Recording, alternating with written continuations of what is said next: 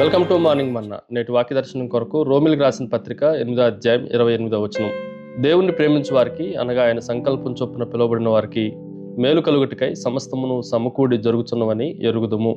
మరొకసారి దేవుని వాక్యంలో నుండి అపోస్తలుడైన పౌలు ద్వారా రోమాలో ఉన్న విశ్వాసులందరికీ రాస్తున్న ఈ మాటల్లో నుండి అంతిమంగా మనం దేని కొరకు పిలువబడ్డామో, దేవుడు దేని ద్వారా మనల్ని దిశ నిర్దేశాన్ని చేస్తున్నాడో 4 ప్రాముఖ్యమైన సత్యాలు ఈ ఉదయకాల సమయంలో మనం నేర్చుకోవాలి. Number 1, it is a God. దేవుడు, దేవుణ్ణి ప్రేమించు వారికి అని ప్రారంభించబడింది. అన్నిటికీ మూలము, అన్నిటికీ కేంద్ర బిందువు దేవుడే అన్న సత్యాన్ని మనం జాగ్రత్తగా ఉదయకాల సమయంలో ఆలోచన చేయాలి. మన సూర్య వ్యవస్థ అంతట్లో సూర్యుడు కేంద్రముగా ఉండి, ఆయనే మూలముగా ఉండి వెలుగుని, అదేవిధంగా జీవాన్ని ఎలాగేస్తూ ఉన్నాడో, మన జీవితాలకు కూడా సెంటరు, మన జీవితాలకు కూడా వెలుగు దేవుడే ఇస్తున్నాడు. ఆయన మనకు ప్రకాశమానంగా కనిపిస్తున్నాడు అన్న సత్యాన్ని ఈ ఉదయం మనం గ్రహించాలి. రెండో విషయాన్ని మీకు జ్ఞాపకం చేస్తాను. ఇట్ ఈజ్ ఏ గైడ్, మార్గదర్శి. ఈ మాటను కూడా మనం జాగ్రత్తగా ఆలోచన చేస్తే తన సంకల్పం చొప్పున పిలువబడిన వారికి అని రాయబడతా వచ్చింది.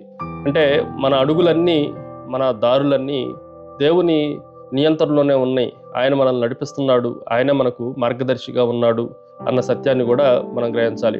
గొర్రెల కాపరి గొర్రెలను మంచి బాటలో నుండి నడిపిస్తూ ఉంటాడు. గొర్రెలకు తెలియదు వాటి మార్గం ఏంటో, కానీ గొర్రెల కాపర్లకి సమస్తము తెలుసు. అలాగే మన జీవితాలను నడిపించే దేవుడు కూడా మనల్ని గందరగోళం మధ్యలో, అనిశ్చిత మధ్యలో, కలవరాల మధ్యలో, అనేక రకాలైన శ్రమల మధ్యలో నడిపిస్తూ ఉంటాడు. ఆ రోజు నడిచేటప్పుడు మనకి అది భయం కొలిపేటట్లుగా, మనం నడవలేనట్లుగా అనిపిస్తుంది. కానీ నడిపించే ఆయనకి, పైనుండి మనల్ని పర్యవేక్షిస్తున్న ఆయనకి సమస్తము తేటగా ఉంది అన్న విషయాన్ని కూడా జాగ్రత్తగా ఆలోచన చేయాలి. Number 3, it is a good, మేలు కలుగుటకు అని రాయబడతా వచ్చింది. ఎప్పుడైనా దేవుడు మనకి ఉన్నతంగా, ఉత్తమంగా, మేలైన దాన్ని, మంచిదాన్నే దేవుడు మనకు అనుగ్రహిస్తాడు. ఉదాహరణకి రోగం నయం అవ్వాలి అని అంటే చేదైన మందును మనం వాడాలి. అది మనకి అసహ్యకరంగా ఉన్నా, అది మనకి రుచిగా లేకపోయినా, ఆ చేదైనది మన జీవితాల్లో నయాన్ని, ఆరోగ్యాన్ని, స్వస్థతను తీసుకుని వస్తుంది. అలాగే దేవుడు కూడా చేదైన అనుభవాల్ని, గడ్డు పరిస్థితులను సైతము అవి మేలు కలగటానికి, అంతిమంగా మనకు ప్రయోజనకరం కలగటానికి దేవుడు వాటిని అనుమతిస్తున్నాడు మన జీవితాల్లో. వాటి ద్వారా మనకి స్వస్థత, ఆరోగ్యం కలుగుతుంది అన్న విషయాన్ని కూడా మనం గ్రహించాలి. ఇట్ ఈజ్ ఎ గవర్న్, పరిపాలించుట. ఈ మాటను కూడా మనం జాగ్రత్తగా ఆలోచన చేస్తే దేవుడు సమస్తాన్ని పాలించేవాడు. అందుకే మేలు కలుగుటకై సమస్తమును సమకూడి జరుగుతున్నవి అని మనం ఎరుగుదామని అపోస్తలుడైన పౌలు మనకి జ్ఞాపకం చేస్తూ ఉన్నాడు. సమస్తము ఆయన కంట్రోల్లోనే ఉన్నాయి, అది మంచిదైనా చెడుదైనా.